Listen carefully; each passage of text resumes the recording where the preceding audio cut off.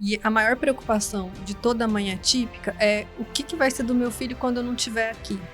Programaram um passeio que era para dormir fora com o colégio. E eu fiquei sabendo que os pais dos outros alunos formaram um grupo de WhatsApp para se juntar, para pedir para a escola do meu filho não deixar ele ir no passeio. Isso, é o que você tem feito por ti mesmo. Essa é a diferença entre viver no modo sobrevivência e apagando fogo e conduzir, né, a sua vida da melhor forma. Tem jeito da criança ser feliz, tem jeito da família ser feliz.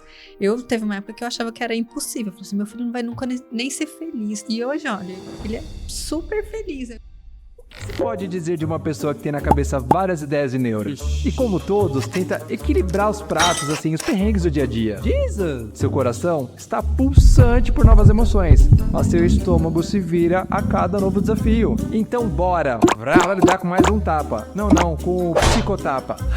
O tapa da vida. Olá, lindezos e lindezas desse Brasil! Sejam muito bem-vindos a mais um Psicotapa Oficial. Este podcast incrível, maravilhoso, sensacional, faz o quê? Debate os tapas da vida. Que às vezes é caminhão, carreta, trator, tsunami, por aí vai. E hoje, gente, eu tenho duas convidadas maravilhosas que o algoritmo me trouxe, então eu fico muito feliz aí com o algoritmo do universo que conecta a gente da hora, caótica, para debater tapas bons. Então bora lá que o tema é sensível, curioso e tem que ser abraçado por todo mundo como coletivo. Vocês vão entender por quê. Bom, temos aqui então duas lindezas e uma delas, ela é mulher, mãe, bacharel em Direito, pós-graduada em Direito Processual Civil, pós-graduanda em Direito das Pessoas com Deficiência, servidora pública. Ela é uma pessoa de festas, famílias, ela tem 2 filhos, um casal, a Juju e o Miguel. Ela é casada, o que por si só, né, composição familiar, exige muito dessa mulher e mãe, sim, com certeza. E hoje ela está à frente aí em coisas que estão voltadas à educação, em especial dos filhos, mas no coletivo também de forma geral. E a outra lindeza, ela é psicóloga, administradora, mentora em inteligência emocional e mãe. Há mais de 10 anos ela atua em desenvolvimento humano e fortalecimento emocional. Ela também é uma pessoa de família, de cafés, de chinelo, aquele chinelinho gostoso que se patrocinar, ganha aqui a publi. Elas são pessoas solares, sorridentes aqui, os bastidores, muito legais. E a gente vai trazer aqui um tema muito legal, que é sobre essa questão do autismo, mas de uma maneira mais profunda, né? Porque o autismo, por si só, exige muito das mães, né?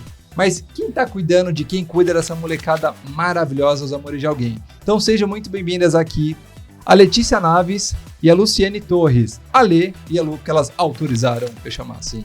Sejam muito bem-vindas, meninas. Obrigada, um prazer e uma honra estar aqui com você. Adorei o convite, estou muito feliz mesmo de estar aqui, podendo falar de um tema que é tão importante para mim e que hoje é a razão da minha vida. Queria agradecer muito pela oportunidade e vai ser um papo muito legal, tenho certeza. Vai ser um papo caótico. Vocês vão sentir que vai estar tranquilo aqui, tá tudo certo. A gente começa meio tenso, assim, inclusive eu, depois de tantos programas, começo tenso, mas aí a coisa, sei lá, a gente vai para um campo aqui magnético que a coisa flui. Obrigada também, agradeço, faço das minhas palavras as palavras da Letícia, agradecida por esse momento que é único, né? Primeiro podcast de vocês? Sim. Então, pessoal, primeiro de muitos, hein, porque o tapa aqui é bom, com certeza. Bom, moças, né? Onde começou tudo isso com vocês? Como que vocês foram parar nessas causas, como pessoas, como mães e como CPFs, né? Eu falo primeiro ou você fala? Pode falar, fica à vontade. Eu vou falar. Bom, primeiro, eu tive um filho, tive o Miguel, né? Eu tenho 2 filhos, o Miguel e a Juju. E aí eu tive o Miguel, quando ele tinha mais ou menos 7 anos, veio o diagnóstico de autismo. E aí eu percebi que eu não sabia nada desse tema, nada mesmo, assim. Eu sempre trabalhei na área de direitos fundamentais, direitos das pessoas com deficiência, e eu não sabia os direitos das pessoas com autismo. Eu falei, vou estudar o que é autismo, como que trata, quais são os direitos. Aí fui fazer um monte de pós-graduação para tentar entender um pouquinho mais como que eu poderia ajudar o meu filho nas questões que ele tinha, né? E aí eu fui vendo tanto de dificuldade que a gente tem e virou uma causa. Eu falei assim, eu tenho que não só ajudar o meu filho, mas eu tenho que virar uma ativista nesse tema. E aí eu criei um Instagram, que é o Autismos para Pais, e comecei a divulgar direitos das pessoas com autismo. Porque eu falei assim, gente, eu que sou formada em direito há mais de 20 anos, não sei direito os direitos do autista, imagina quem não tem essa formação, né? É uma formação recente também. Os direitos do autista surgiram em 2012, 2015, com algumas leis que vieram. Eu falei, eu quero tentar simplificar o juridiquês para as pessoas leigas no direito. E aí nasceu o Autismos para Pais, eu comecei a postar lá sobre direitos dos autistas, e assim eu fui conhecendo bastante gente, fui formando uma comunidade, fui conversando com várias famílias, fui tentando entender como que funcionava mesmo a dinâmica de todas as famílias, e eu vi que é uma causa para sempre, né?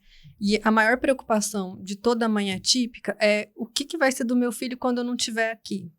Então, a gente como mãe, o que a gente quer? Deixar um mundo mais inclusivo, ensinar as pessoas a incluírem, a aceitarem as pessoas com autismo, com todas as outras neurodivergências, né? E foi daí que surgiu essa paixão pelo tema. Nossa, que incrível. Mais uma vez, por mais que seja bonito, né, de escutar, verbalizar deve ser bem difícil. E já gravei aqui com 2 grandes amigas, um beijo para vocês, amigas, né, que são mães atípicas, e todas do Brasil afora, por aí vai. A sobrecarga que vocês têm. Não, quer dizer, a maternidade por si só já é uma carga, né? Emocional, em especial para mães. São homens, por favor, adultos funcionais. Sejamos funcionais. Então, quando vem essa carga extra, a complexidade, ela, como diz, né? A complexidade fica mais complexa, realmente, porque tem um adendo aí. Não que seja ruim ter uma criança assim, mas eu sei que exige mais de uma mãe ou de um pai consciente, porque infelizmente homens abortam em vida, né, as suas crianças. Então, parabéns aí pela maternidade mais uma vez. E você, dona Lulu? Então, a experiência, né, que eu tenho, eu costumo dizer que vem não só das formações, né, na verdade, eu passei por umas experiências desde a infância, quando a minha mãe ali, ela tinha esquizofrenia, né? Então tive que aprender muita coisa antes mesmo de me formar. Acredito que na fase da adolescência ali, no crescimento, né, como adulta. Então, para chegar hoje aonde eu cheguei, me tornar quem eu me tornei, foram as experiências que eu passei ali quando criança. Então, trazer esse olhar para hoje e para o momento atual, né, a dor de cada um que passa, que a gente vê que é invisível dos pais, né, como pais atípicos ali, eu percebo que a gente cria uma empatia muito grande. Então, chegar nesse ambiente foi algo assim muito fenomenal, né? Para mim, de grande valia, assim, porque gerou uma superação muito grande, né? E aí a gente chega em um ambiente onde a gente vê pais atípicos quando passam por situações onde as crianças ali, seus filhos passam por certos momentos de crise, e aí eles não sabem como lidar, ou sabem, mas ficam em momento de estresse. Então eu passei em um cenário diferente sendo filha, né? Mas isso tudo influencia muito. Então é uma bagagem onde eu trago, quando a gente olha para o lado emocional, né, para a psicologia em si, e trazer esse aspecto de acompanhamento, para mim é uma paixão. Isso. Que bonito, né? E eu vou falar aqui algo que é batido no podcast. O coração ali, ele não é à toa no logo, né? É o que faz o seu coração pulsar. E quando eu vejo vocês falando, né, dessas paixões pelo trabalho, pela família, pela maternidade, por tudo que vocês conduzem, né? Porque a gente falou que nós seres humanos somos, de fato, cebolas, né? Então a gente abre tudo de uma casquinha e descobre coisas novas. Que legal de escutar vocês verbalizando essas paixões, né? Que tem propósito para recalcular a rota. Meninas, e hoje vocês têm um projeto em comum, certo? Conte-me mais, por favor. De onde nasceu essa amizade? Esse estalo de amigos, assim, que amigos adultos, parabéns, meus amigos adultos maravilhosos, que eu amo demais. Então, a gente estava num evento, era um workshop, né? Isso. Eu posso dizer que era um workshop, era uma imersão, né? A gente estava numa imersão, se conheceu, mas a gente se conheceu no meio de um monte de outras pessoas que formaram um grupo no WhatsApp. E aí a gente foi se falando e fomos vendo que a gente tinha objetivos em comum e a gente começou a se unir pela mesma causa. A gente viu, ela já trabalhava com famílias atípicas, eu falei que eu tinha vontade de ter algum projeto nessa área, e a gente falou, então vamos desenvolver alguma coisa juntos, né? E aí estamos nesse processo. Foi onde a gente viu que criou uma grande conexão, né, e propósito, porque a gente percebeu, né, que, poxa, caminhar pelo mesmo propósito vale a pena, então é um ambiente, assim, muito gostoso, né, e quando a gente conhece pessoas que a gente se conecta, a gente percebeu que a gente se conectou muito, a partir daí também gera não só um trabalho, mas também uma amizade e uma conexão bem legal, né? Bem bacana. Então, acho que quando a gente traz principalmente esse olhar, poxa, a gente vai trabalhar com famílias atípicas, né? Eu já venho trabalhando, ela também já tem essa paixão aí de trabalhar com esse lado, e a gente vê, poxa, nós também somos seres humanos, onde nós também precisamos de ajuda, não é verdade? Mas só que dizer que a gente entra em um ambiente onde é um ambiente muito singular, né?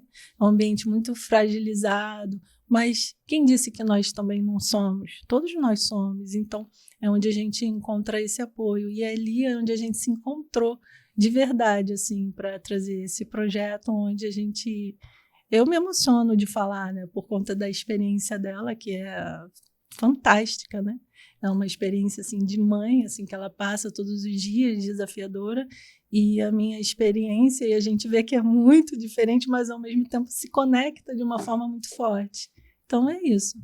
Nossa, que legal, porque eu acho muito incrível, né? Essas formações de amigos, né? Eu dou muito valor para vocês, inclusive, para minha rede de apoio, esses amigos, mando mensagem, ligo para dar parabéns. Eu faço o máximo possível quando posso, sei que estou em falta. Às vezes demora para escutar um áudio de 1 minuto, então me perdoem. Mas eu tenho essa coisa comigo de fazer manutenção, porque as relações, elas têm muita importância na minha vida, e os meus amigos, eles se provam muito, muito e muito, assim. Então, obrigado aí aos amigos, aos adultos funcionais da vida. Lelê, quando veio o diagnóstico do Miguel, como foi isso, a rede de apoio? Houve uma rede de apoio, ou vocês, como uma maternidade atípica, têm apoio de mães que estão na mesma situação? Então, Caótica essa etapa, hein? Mas pode sapiar, pode dar tapa de mão aberta. Então lá vai. Bora, sarrafa ali.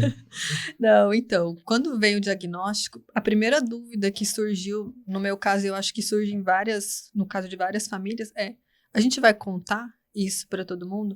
Porque, por exemplo, o meu filho, ele tem autismo nível 1 de suporte. Você olhando para ele, você fala assim, não tem cara de autista. Tem gente que fala isso, não é legal falar. Não tem cara de autista. Não é legal, viu, gente? Falar que não tem cara de autista, porque autista não tem cara. É o cérebro que é diferente. Muito bem. Então, e aí eu falo assim, se a gente quiser fingir que não tá nada acontecendo, a gente pode. Ou a gente vai assumir, vai contar na escola, vai contar pra família, vai contar pros amigos. Então, a primeira dúvida foi essa. A gente conta pra ele, porque ele tinha 7 anos, ele talvez não entendesse muito bem, mas ele poderia saber já, né? Então, veio essa dúvida, foi a primeira coisa. E aí, quando a gente contou na escola, veio uma rede de apoio ao contrário, né? Foi uma rede de exclusão. Posso contar uma história? Pode. Nossa, essa eu vou me emocionar contando. Teve uma vez que ia ter um passeio. O Miguel já estava nessa escola, já tinha a turminha dele. E aí programaram um passeio que era para dormir fora com o colégio. E eu fiquei sabendo que os pais dos outros alunos formaram um grupo de WhatsApp para se juntar, para pedir para a escola do meu filho não deixar ele ir no passeio. Aí eu falei, não, tá tudo errado. Nossa, que eu tô com uma raiva desses pais. Aí eu falei, não, tá tudo errado. Teve até uma mãe que tirou a filha dela da escola. Ela falou assim, eu não quero minha filha numa escola dessa. Vai com Deus. Vai com Deus. Não, ela tirou em apoio a mim, ela que me contou. Obrigado. Então, ela falou assim, eu não quero que a minha filha continue numa escola em que os pais fazem isso. Mudou ela de escola. E eu também mudei meu filho de escola depois disso. Enfim. E aí, você perguntou da rede de apoio, o começo foi ao contrário pra gente. E aí eu falei, bom, onde que eu posso buscar, então, uma rede de apoio de verdade? Porque nos pais dos outros coleguinhas, que era que eu esperava que viesse alguma coisa, eu já vi que não dá, né? E aí eu comecei a procurar grupos de acolhimento mesmo, de pais atípicos, fui procurando os meus semelhantes, né? Um lugar para eu pertencer, um novo lugar para eu pertencer, né? Porque era tudo novidade.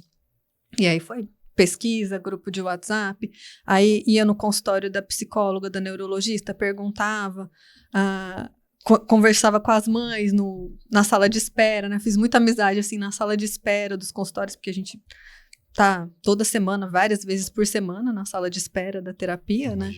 Então, ali também é um lugar rico pra gente fazer amizade e rede de apoio. E foi assim que eu fui construindo. A minha família meu pai mora em Brasília, então não tem como ele me dar muito suporte. E a família do meu marido mora em Santos, também é longe. Então, a gente conta meio que com a gente, com alguns amigos muito próximos, que a gente chama de amigos família, que são amigos há 450 anos. Obrigada, amigos família, amo vocês. Eles nos dão muito apoio e é graças a essa rede que a gente consegue sobreviver, porque sozinho seria impossível. Caramba, gente. E também tem uma pessoa que eu tenho que agradecer, que é a Márcia, a minha funcionária. Ela tem um filho autista de 25 anos. E olha como que é o destino, né? O universo é danado às vezes.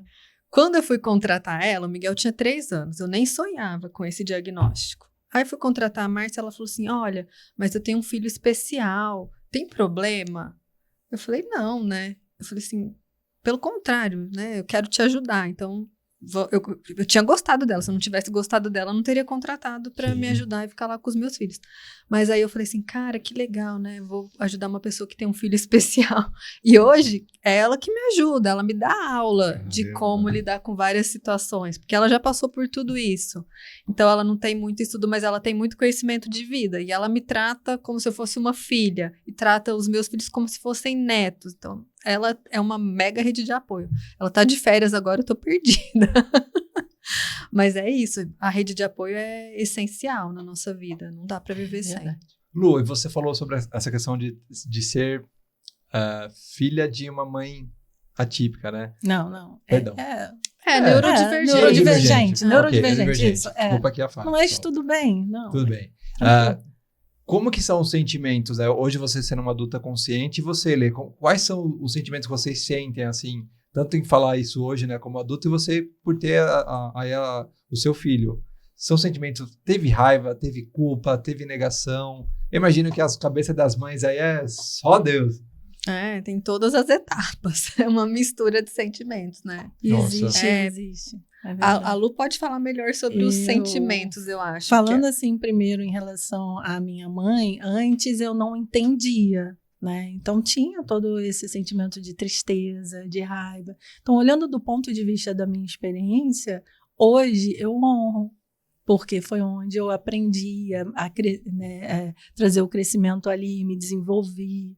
Né? Então, são coisas onde a gente olha para um local onde, opa, peraí, eu posso extrair algo positivo, sabe? Então, do que é negativo. E muitas das vezes a gente não percebe isso, mas só que dizer que é fácil não é mentira se eu falar que é fácil. Na verdade, é difícil, né? Para os pais. Então, quando a gente olha para esse cenário onde o pai e a mãe passam ali uma situação de dor, de tristeza, quando ele recebe ali o diagnóstico em si, ou até pais que já estão há muito tempo nesse local onde ele olha assim, poxa, e agora, né? Então, ele acaba sofrendo um luto também, porque é um luto do filho que ele idealizou, uma imagem de que ele idealizou, mas aí ele vai passar por uma adaptação. É como se fosse de verdade um luto, né? Por exemplo,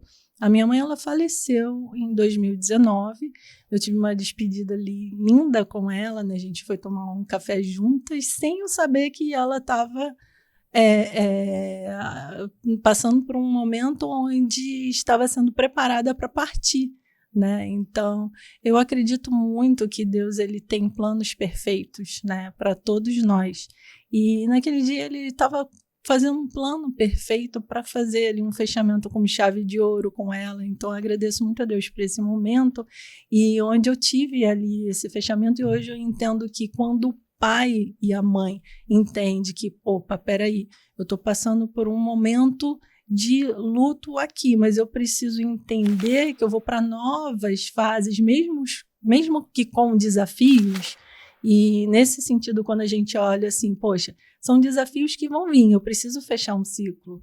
E isso é difícil, isso machuca, a pessoa vai sentir ali uma dor, uma raiva, vai se sentir culpada pelo fato do que está passando. Talvez eu poderia ter feito diferente. O que eu poderia ter feito de diferente quando, na verdade, a gente só entende que às vezes está tudo bem ali, pode ser um trampolim para você se desenvolver, para você crescer, não só como pai, como mãe, mas como ser humano. Então, acho que isso aí é o que faz muita diferença, né?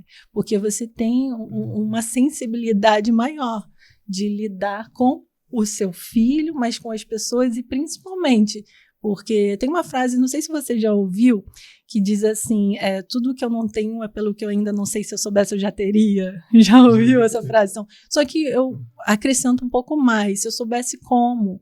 E muitas das vezes as pessoas não sabem como dar o próximo passo. Então, foi exatamente isso que eu senti. Primeiro, veio a culpa, porque eu falei assim, como que eu esperei 7 anos para ter esse diagnóstico do meu filho? Como que eu não percebi? Ô, Lê, mas a gente não tem muita informação também para bombardear a cabeça de vocês? Tem. Não, inclusive eu tinha muita informação e eu questionei alguns médicos e alguns médicos falaram, não, isso aí é do desenvolvimento mesmo. E como é um autismo nível 1, é mais difícil, né, de diagnosticar, de identificar. Realmente costuma diagnosticar um pouquinho mais velho mesmo. Mas eu ficava me culpando. Falei assim, como? Eu lia sobre isso, eu perguntava pro médico, o médico falava que não e eu acreditava, porque eu queria acreditar. Né? Onde, na verdade, as pessoas acham que é mais fácil, mas é o mais difícil. Né? Eu queria acreditar que não tinha nada, né? Eu queria acreditar que não tinha diagnóstico nenhum. E aí, quando veio o diagnóstico, além da culpa, eu ainda fiquei me sentindo... Teve o luto, né? Porque quando a gente tem um filho, a gente espera que vai ser tudo perfeito, que vai ser tudo lindo, maravilhoso. Não que ele não seja, eu amo meu filho maravilhoso, te amo, Miguel.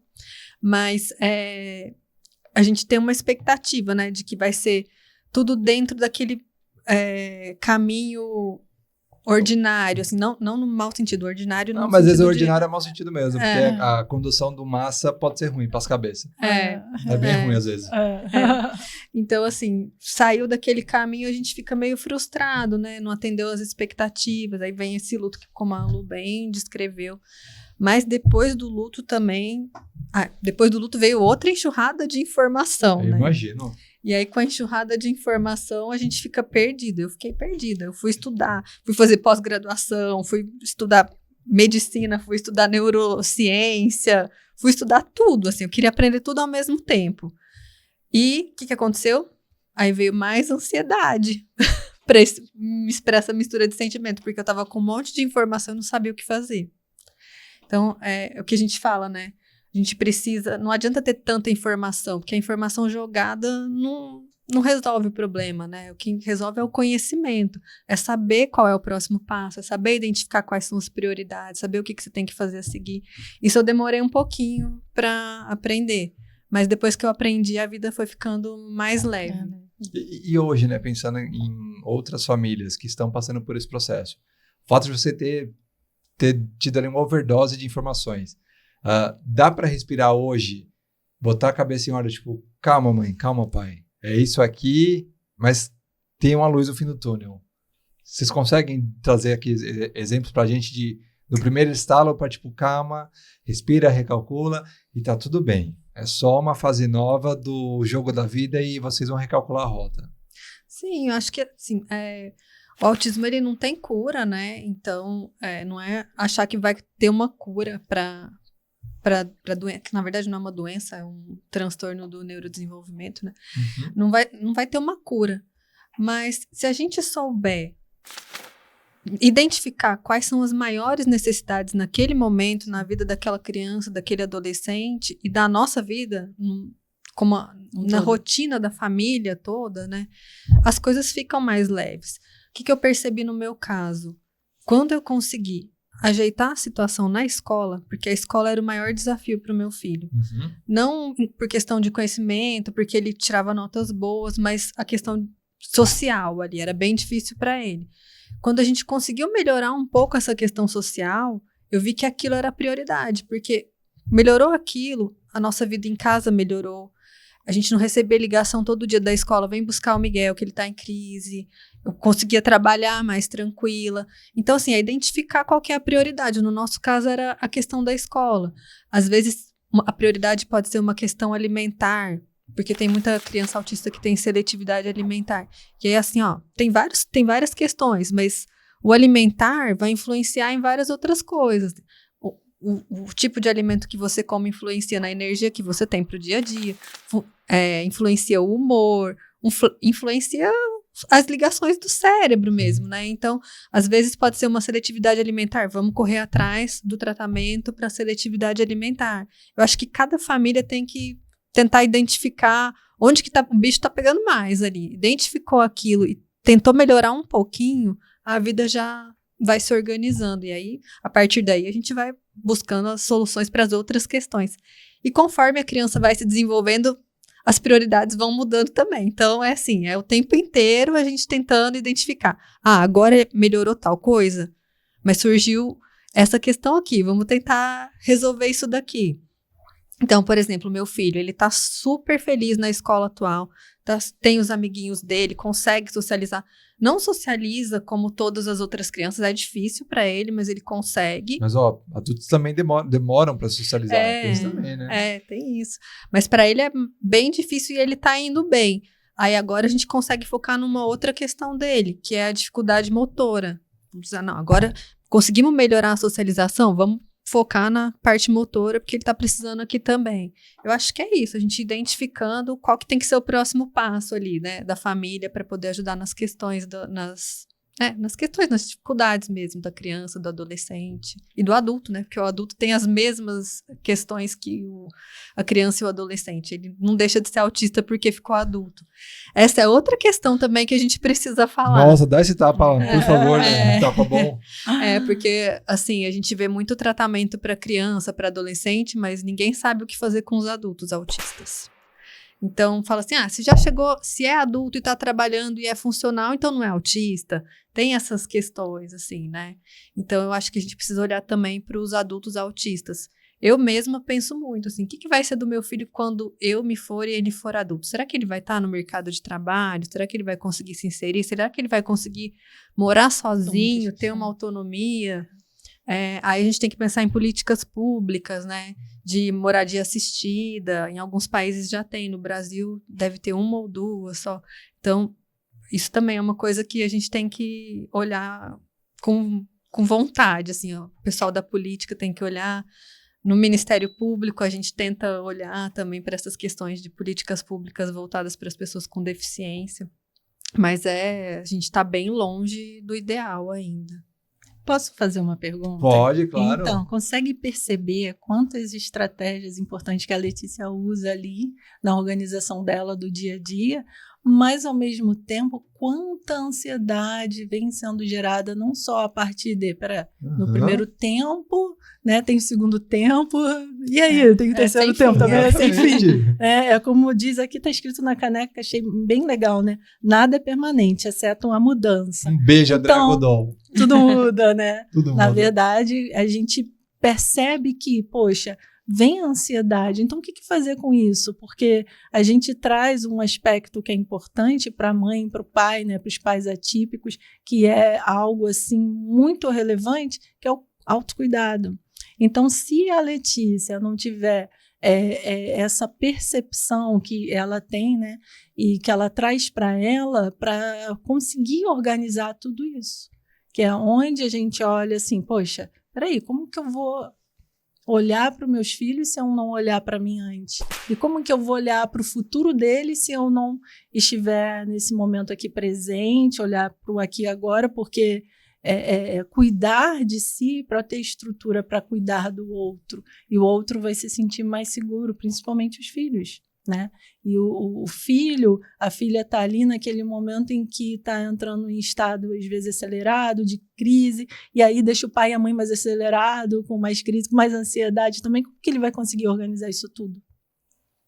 Já Nossa, parou para pensar gente. nisso? Então, são coisas que, às vezes, a pessoa não para pensar que ela precisa se estruturar. Então, essa importância dessa organização que a Letícia traz, que ela tem, é porque ela vem buscando esse autocuidado. Isso é fundamental. Agora, se a pessoa não só buscar e colocar em prática, aí entra a questão do domínio próprio, entra a questão da... Peraí, eu preciso regularizar a minha ansiedade. De que forma que eu vou me autorregular? De que forma que o pai e a mãe que está ali com o filho, né, trazendo todo um aspecto de segurança, e ele está sentindo medo, está se sentindo ansioso, como que ele vai fazer nessa ocasião? O que ele vai fazer? É isso mesmo, porque o que Então, acontece? Traz pra gente. Não, nas famílias, acho que em qualquer família, não só nas famílias atípicas, né?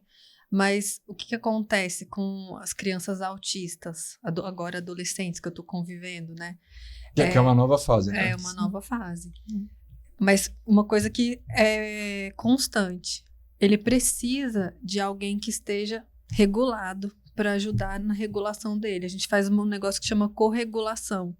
E se a gente não estiver bem, não tem como, né? Então, assim, eu não vivo sem terapia, é impossível. Eu tento me cuidar, tento organizar minha rotina para ter um espaço para eu fazer ginástica, porque a ginástica ajuda na cabeça também, Então, né? só para deixar claro, quando você fala você tenta se cuidar, é o CPF, né? É a pessoa, a Letícia, mulher, indivíduo, se cuida em atividades que não envolvam ali exclusividade da família, ou mesmo o relacionamento que você tem, pra, tipo, opa, como é que a Letícia agora vai se cuidar? É esse autocuidado que você tem, né? Essa sua hora, ou as suas horas de qualidade. E pra mãe poder fazer essa escolha, né? O CPF, assumir isso, dói, corta na carne, porque imagino que deve vir uma culpa aí sempre, né? Você marca marca um cabelo, culpa. Você precisava trabalhar, culpa. Ai, que fardo ruim esse, hein? Agora você pegou pesado. Mas é pura verdade. Mas tem que falar. Não, lembrei de uma história que aconteceu comigo. Acho que eu até postei no Instagram isso. Foi um dia que eu tive que pintar o cabelo. E aí, eu falei assim, não, tem que pintar. Meu cabelo tava horrível. Algo simples, né, pra uma mulher. Pra mim tava horrível, tá? A raiz tava bem aqui, cheio de cabelo branco, né? Eu tava me sentindo mal, eu não conseguia me olhar no espelho. Eu falei, não, tem que pintar o cabelo. Já esperei demais. Mas eu sei que demora, no mínimo, 2, 3 horas, né, pra fazer isso. Então, tem que ser um negócio muito planejado. Aí, o que eu fiz? Fui pro cabeleireiro, no horário que eu tinha marcado a minha terapia e um feedback com a psicóloga do meu filho. Porque assim, tem que ser funcional, né? Então eu tava lá no cabeleireiro, ao mesmo tempo fazendo reunião com a psicóloga do meu filho e depois fazendo a minha terapia enquanto faz o cabelo. Então, mas é isso. Aí eu falei assim, gente, isso é a culpa materna que fez isso comigo. Não precisava ter feito isso, era pra ter sido um momento pra eu curtir, né? Eu não curto muito salão, mas era pra eu estar lá.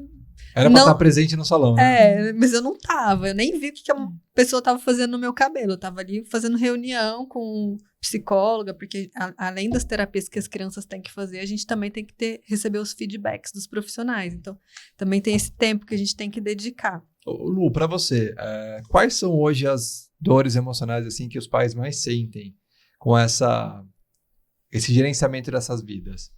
Tem algo específico? É o coletivo de dores? Ou tem algo que pontualmente talvez doa mais? Pontualmente é uma dor invisível, né? É aquela dor que ninguém vê, né? E, na verdade, a gente, quando a Letícia traz aqui essa questão da culpa, a culpa que a pessoa carrega ali, e essa dor, ela é uma das dores, não vou falar que não existam outras dores, existem outras, né? Mas a culpa é algo onde ela parece que vai carregar para a vida toda dela, né? Ela sente culpada antes, durante e depois do diagnóstico. E essa culpa invisível, muitas vezes, que ninguém vê, é um grito de dentro dela, onde ela gostaria que alguém visse, né?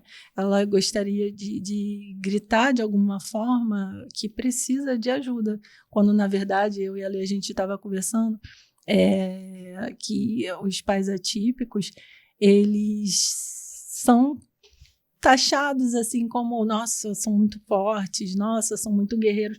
quando na verdade não, são seres humanos, né? Precisam de apoio, precisam de ajuda, precisam estar se sentindo ali juntos, sabe? E fazendo parte também. Então, quando a gente traz essa clareza, a gente traz uma consciência para a humanidade, entendendo que, opa, poxa, peraí, somos todos iguais, não tem diferença nisso. E essa culpa que o pai e a mãe carregam, ela precisa ser direcionada a ponto de que ele consiga entender de como ele pode liberar essa culpa. Porque muitas das vezes ele não sabe como, ele está ali se sentindo preso, ela está ali se sentindo presa, na verdade, né? E ela não sabe como sair desse lugar.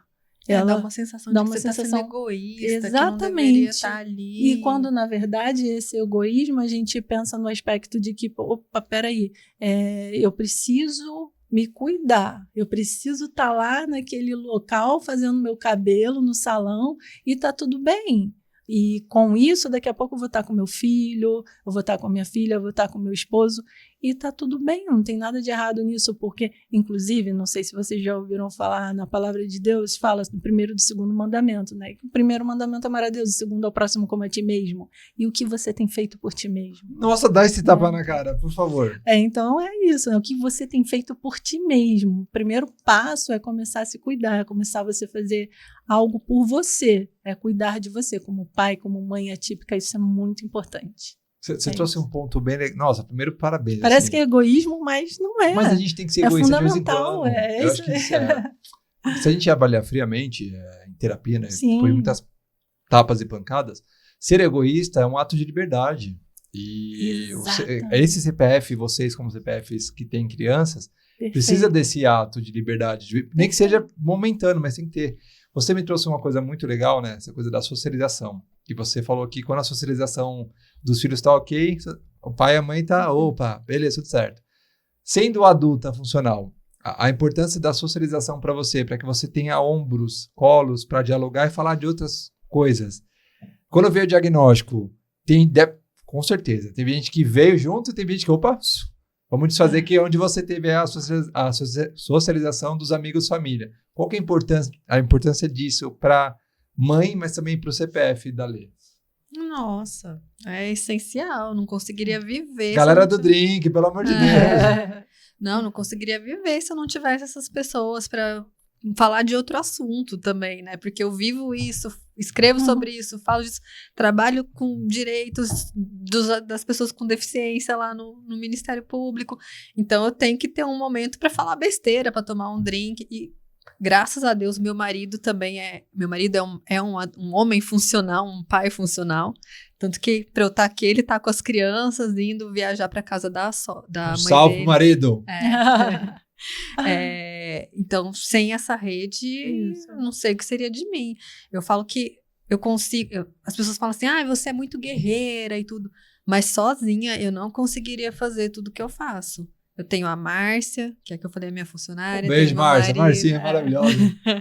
Tenho o meu marido, tenho esses amigos família, que eles moram em São Paulo, mas sempre que podem eles estão lá, sempre que eu posso eu tô aqui, e a gente tá sempre junto, e eles ajudam nessa socialização, e eles ajudam a gente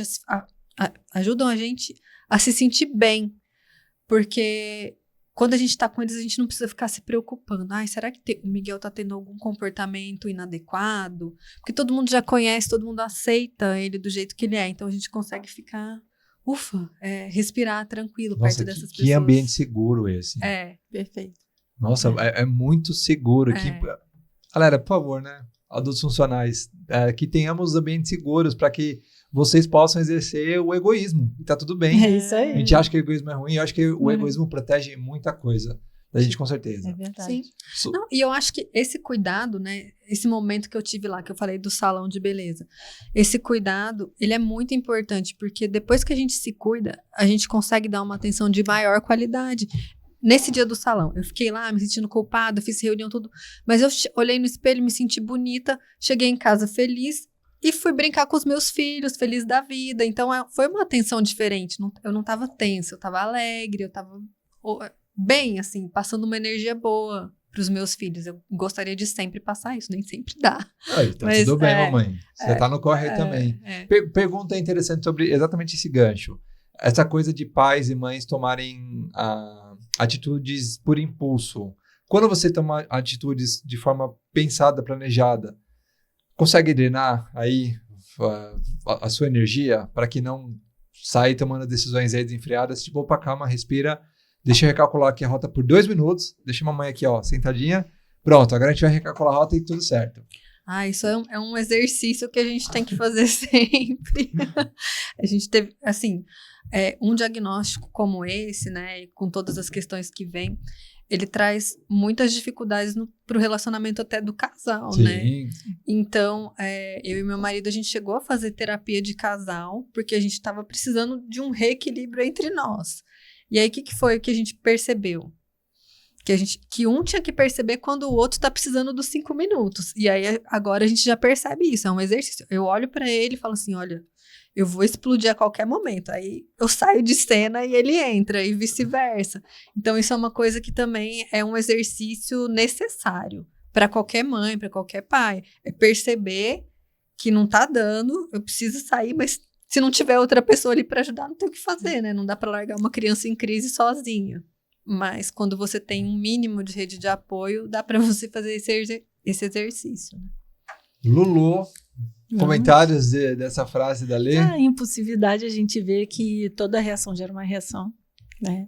Mas ali tirar esses 5 minutinhos, importante trazer a questão de que, poxa, peraí, eu preciso respirar, né? E respirar fundo, porque respirar é automático, mas às vezes a gente se esquece de respirar.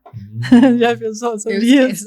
Então, às vezes você precisa para poder regular a sua oxigenação, seu cérebro, né? E ali você vai reduzir a sua ansiedade. Então, respirar fundo, ter esses momentos ali para você. E quando a gente olha para a reação, a gente precisa olhar para uma percepção de que quando eu vou reagir, como eu vou reagir, em relação a que eu vou reagir. Porque o que aconteceu, de que forma eu posso agir diferente? Porque se você está agindo e nessa sua ação, nessa sua reação está te fazendo mal ou está fazendo mal para o outro, é se perguntar, o que eu posso fazer diferente? Né? Quando que eu me encaixo nesse eixo, que quando você fez aquela pergunta sobre o que você já viu sobre transformação, né? Eu fiz uma entrevista com uma mãe atípica que eu acompanhei, onde ali ela trouxe uma transformação assim muito linda, e que ela falou, poxa, eu comecei a me perceber ali mais calma, mas não só eu me perceber, as pessoas à minha volta começaram a falar para mim, falaram, ué, como assim? Então, ela começou a sair daquele modo automático, ela começou a se perceber, as pessoas à volta dela começou a perceber a transformação dela, porque ela se permitiu se cuidar. Então, algo que me surpreendeu foi ela ter usado essa palavra, eu me permiti.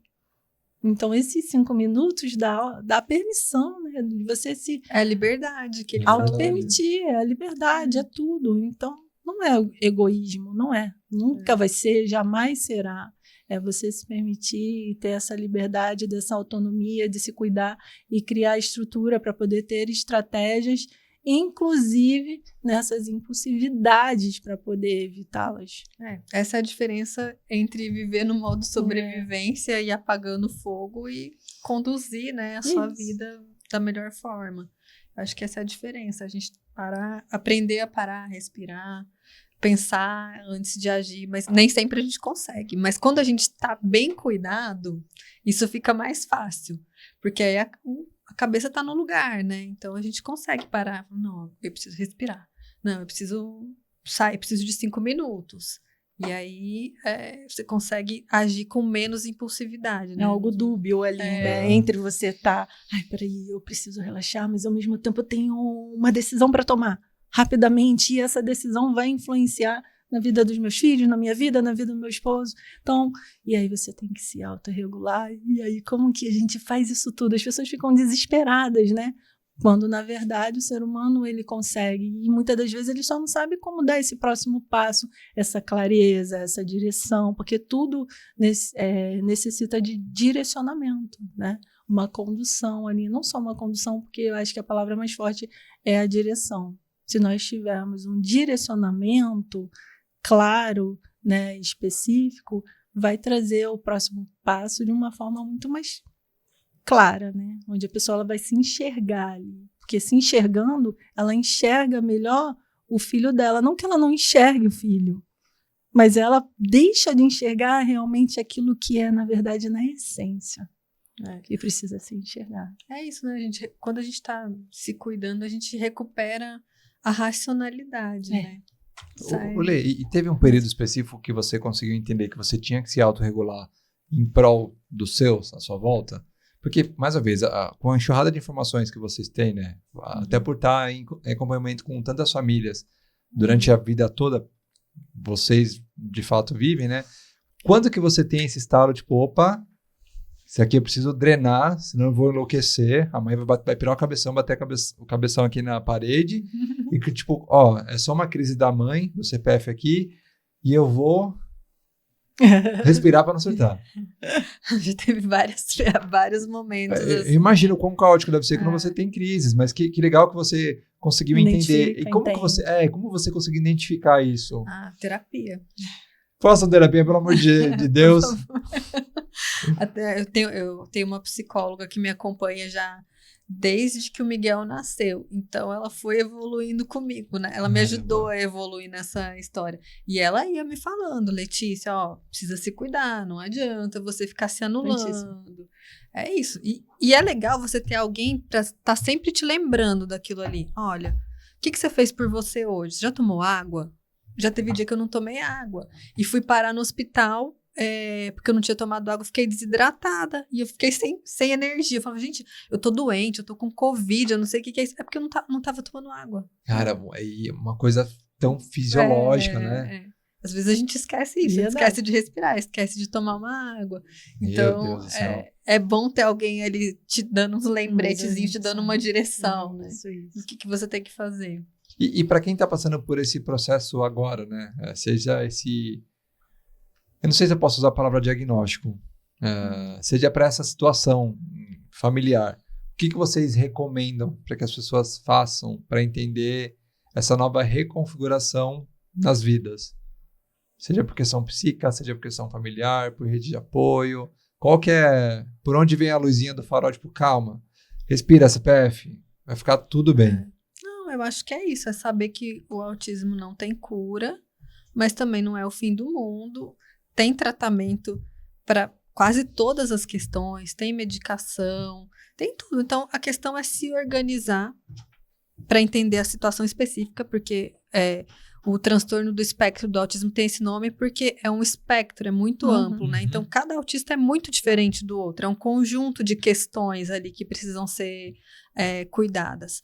Então, é identificar quais são essas questões e definir uma prioridade e tomar o próximo passo. Eu digo que é sempre, dá o próximo passo para depois dar o próximo, e aí as coisas vão ficando mais fluidas, vão ficando mais leves. 100% leve nunca vai ser, mentira, mas tem jeito de ficar menos pesado, assim, o dia a dia, a rotina. Tem jeito da criança ser feliz, tem jeito da família ser feliz. Teve uma época que eu achava que era impossível. Eu falei assim, meu filho não vai nunca nem ser feliz. E hoje, olha, ele é super feliz. Aí eu falo pra ele, você é feliz? Ele falou, nossa, eu sou muito feliz. Eu adoro minha escola, eu adoro meus amigos, eu adoro minha família. Então, assim, não pensem que a vida acabou por causa de um diagnóstico, porque para tudo tem alguma coisinha que a gente pode fazer para melhorar, fazer para ajustar. Às vezes é um ajuste, né, que a gente precisa fazer na rota, né? Perfeito.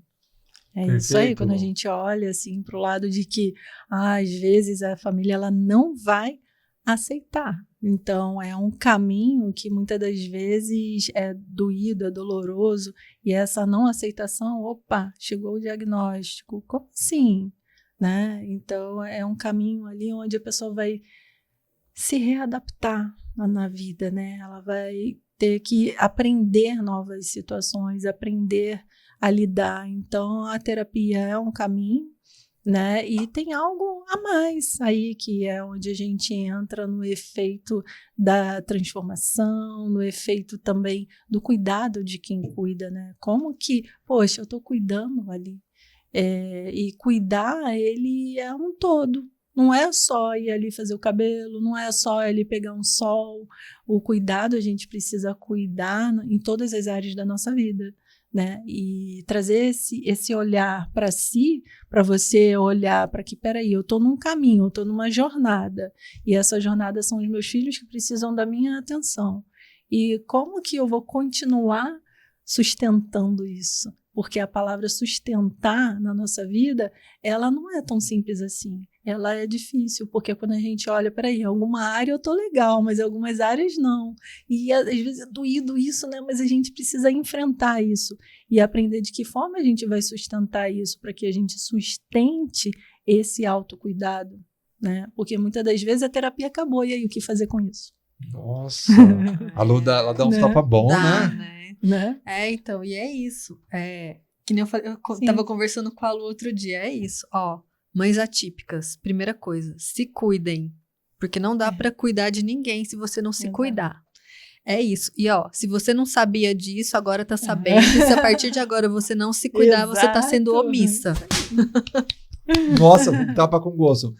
Só para trazer o último ponto aqui sobre essa questão do coletivo, né? Como a gente, como sociedade, pode se preparar, ou melhor, deve se preparar para trazer a coletividade, ajudar vocês em todas as redes que forem possíveis e necessárias, sejam com escolas, sejam com acessos de trabalho, com formações de home office, não sei, possibilidades. Como que o coletivo consegue ajudar vocês? Eu acho que a maior barreira que a gente tem é a barreira atitudinal, né? É a pessoa ter um preconceito de achar que a pessoa tem autismo, tem TDAH, ela é incapaz. E não é nada disso. Ela só tem um jeito diferente de interagir, né? De sentir, de reagir. E aí as pessoas têm que se acostumar com esse jeito diferente, em vez de querer colocar todo mundo numa caixinha só, porque eles não vão caber dentro dessa caixinha nunca. Não adianta tomar remédio, não adianta fazer terapia, o cérebro deles é diferente. Então, o que a sociedade de melhor pode fazer é não julgar. Não julgar o tique que um tem, não julgar o flap, né, que é aquele bater a mãozinha, não ficar olhando com cara feia para as coisas que são diferentes, é entender que o diferente é normal. Todo mundo é diferente, né? Então é isso. É mais aceitar a diferença mesmo. Porque muitas coisas a gente vê que são barreiras por causa de preconceito. E os autistas sentem muito isso. Sentem quando falam, não tem cara de autista. Isso aí é... Nossa, é uma frase horrível. Mas tem... Nossa, muito... Assim, teve gente que já me falou isso querendo me dar um suporte emocional, assim. A intenção era ótima. Nossa, mas ele nem parece autista. Gente, mas autista não tem cara. Não é nada disso, né? Então, mostra, assim, um desconhecimento sobre a questão. Então, eu acho que o que a sociedade pode fazer de melhor é se informar. Para ter mais consciência. Para ter mais consciência e diminuir os preconceitos, né? Melhorar essas barreiras atitudinais. Eu acho que é isso que é o que pega mais. E pensando em escolas, como que escolas podem se preparar para receber crianças, né? Que muitas vezes o diagnóstico pode vir de uma maneira na primeira infância, podem vir como adultos. Algum tapa para as escolas? A qualificação dos profissionais, com Creu, certeza. galera. É isso que a gente tem que cobrar o tempo inteiro. Eles precisam de treinamento para trazer o conhecimento ali e lidar com as famílias atípicas, lidar ali com não só as crianças, adolescentes, enfim, os pais, né? E aí, como que eles vão lidar ali se eles não têm esse preparo? Não, a qualificação é a primeira coisa. As empresas têm que se qualificar para receber trabalhadores, empregados com autismo. Eu não sei nem se eu posso falar aqui. Será que pode? O jurídico vai me derrubar? É coisa de depois. Não, é porque assim... Não posso falar. Então tá bom. Não, tá corta bom, essa parte. Tá bom. Deixa para próxima. Deixa pra próxima. Mas é isso, as empresas têm que se preparar para receber, né, as pessoas que trabalham e têm um modo de funcionamento diferente. Sim. Então, por exemplo, eu já vi um caso de uma pessoa que tem um autista que trabalha, super inteligente, trabalha que é uma máquina, produz muito e tudo, mas teve um dia que ele não conseguiu fazer nada, porque uma tecla do teclado dele tinha estragado e tava batendo muito sol. Aí, assim, ele tinha umas questões sensoriais muito fortes. Ele falou, eu não consigo sair do lugar, porque além de autista, ele tem toque também. Então, eu tenho toque, eu não consigo, eu fico paralisado, não consigo. E assim, muita gente acha que é frescura, mas não é, gente. É o cérebro da pessoa que tá impedindo ali. Ele tem uma rigidez cognitiva que impede ele de conseguir trabalhar se o teclado não tiver aquela tecla. E aí, consertou o teclado, tudo funciona normalmente, mas tem gente que acha que é frescura. Então, é uma barreira atitudinal, né, de preconceito. Acho que é isso que a sociedade precisa aprender, a entender que o diferente... Frescura, na verdade, é quando a pessoa não procura entender, né? Peraí, a frescura tá onde? Onde que cabe essa frescura? Que frescura é essa? Né? A pessoa precisa, o outro, na verdade, ele precisa entender. E aí é onde falta o conhecimento, quando você pergunta das escolas, o preparo, eu acredito que é em toda a sociedade, não só nas escolas. Muito, não, com certeza. Né? A gente, como coletivo, acerta muito, mas erra muita Lógico coisa. Que começa também. Pelas escolas. Não só as escolas também, né? Acho que essa coisa dos corporativos também, né? Incentivarem campanhas. Acho que, mais uma vez, faz parte da minha bolha hoje, que bom. Ter mais acesso, né? E eu buscar esse letramento até para ajudar pessoas que estão à minha volta, estão Ieda e Mona. Um beijo gigantesco para vocês que me estapearam aqui numa gravação e foi muito bom para eu poder ter mais atenção em pequenas coisas que fazem, quer dizer, pequenas coisas para mim, mas fazem grandes diferenças aí para as famílias, né? E é muito bom de ver esse coletivo agindo de maneira consciente, o que eu não sou letrado, ir atrás do letramento para poder ajudar aí todos os tipos de informações familiares da vida que aparece. Como a gente faz para achar vocês em redes sociais? O que tem de projeto a caminho? O palco é de vocês, meninas. Bom, eu tenho o meu Instagram, que é @autismos com S para paz. Lá eu tento ensinar um pouco dos direitos das pessoas com autismo e das outras pessoas com deficiência também, de uma forma mais simples, não só para quem tem conhecimento jurídico. Tento passar informação de qualidade, né? Fazer uma curadoria de informação de qualidade, não só de direito, mas de estratégias, de tratamento. De tratamento, claro que eu não prescrevo, porque eu não sou médica, nem psicóloga, nem nada. Mas, assim, eu tento fazer uma curadoria de informação ali, para facilitar um pouco esse filtro. Porque, que nem eu falei, né? Tem muita informação. Instrução, né? E tem muita informação errada, tem muita informação solta que sozinha não significa nada. Eu tento juntar tudo e colocar ali. E a Lu... @Lu Mentora Emocional, onde a gente fala sobre o cuidado de quem cuida, que é, na verdade, todo esse conjunto, né, para pais também atípicos, atípicos e típicos também, tá convidado a seguir lá também, acho que já segue, né, mas enfim, onde a gente traz todo esse contexto do autocuidado, né, e a gente está com um projeto que é de transformação, né, para pais atípicos, que é o workshop. Quando tem data já? Vai ser no dia 24 às 19 horas, e o link dele vai ser liberado no Instagram da Lê, Autismos para Pais, e no meu também, Lu Mentora Emocional.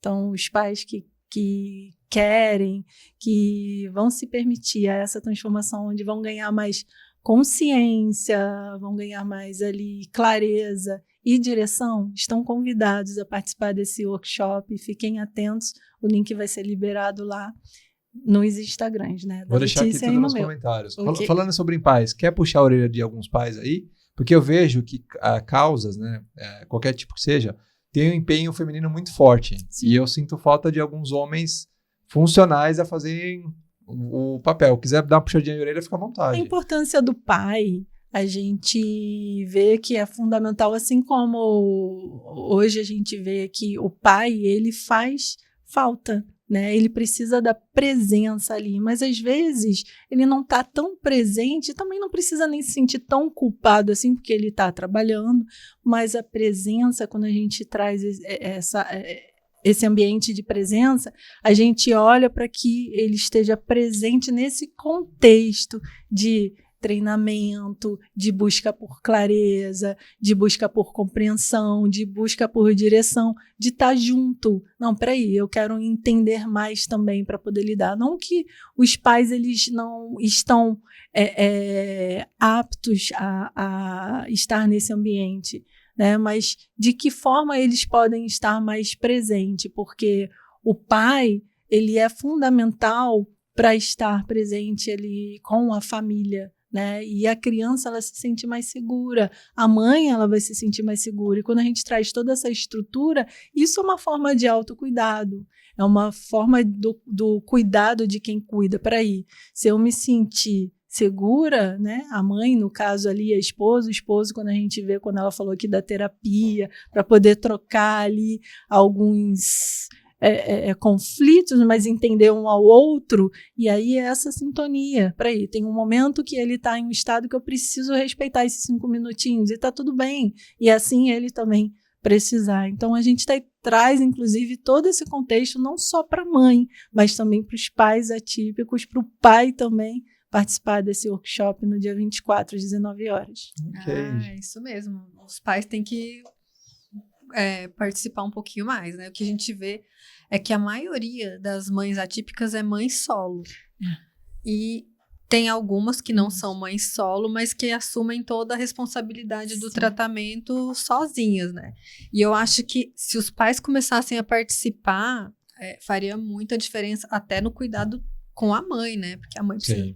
Como é que a mãe vai se cuidar se não tiver um apoio principal, né? Mesmo que sejam pais separados, de repente, mas ele tá ali, quando a gente fala da presença, tá, eles separaram, mas aí, nesse sentido que a Letícia trouxe aqui, tá ajudando, a mãe tá fazendo outras coisas e tudo mais, então... Venha participar, né? Mesmo workshop. Buscar conhecimento, né? Isso. Buscar conhecimento. A maioria nem busca conhecimento. Então, se a partir do momento que ele tem um pouquinho mais de conhecimento, ele vai ter consciência da necessidade da participação dele naquela vida ali, né? Naquele cuidado.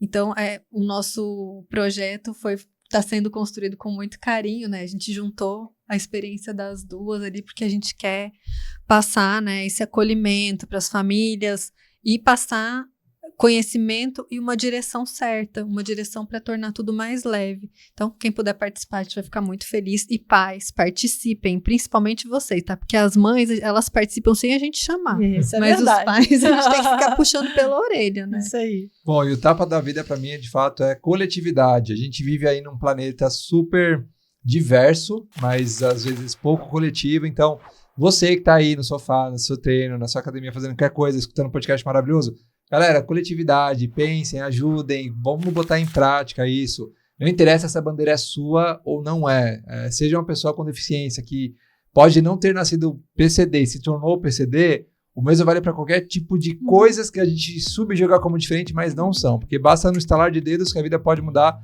virar de ponta cabeça. Então essa coletividade, ela precisa de fato ser gerada para que a gente possa se letrar, ajudar, ser suporte quando precisar, essas mães quando precisarem de fato, ou até ser aquele cara que vai oferecer um drink, tomar um café para que as famílias consigam falar de outros papos, outras coisas e ser rede de apoio segura. Quando a Lê traz para mim que ela vai no espaço, ela se sente super segura com esses amigos família, galera, vocês estão de parabéns e que a gente possa ter mais amigos família aí pela vida com certeza. Então é isso. Esse é um grande tapa maravilhoso. Se inscreva no canal, compartilha pra geral. Vou botar todos os links aqui. Então, até a próxima. Moças, beijão. Beijo. Se cuida. Tchau, tchau. Tchau.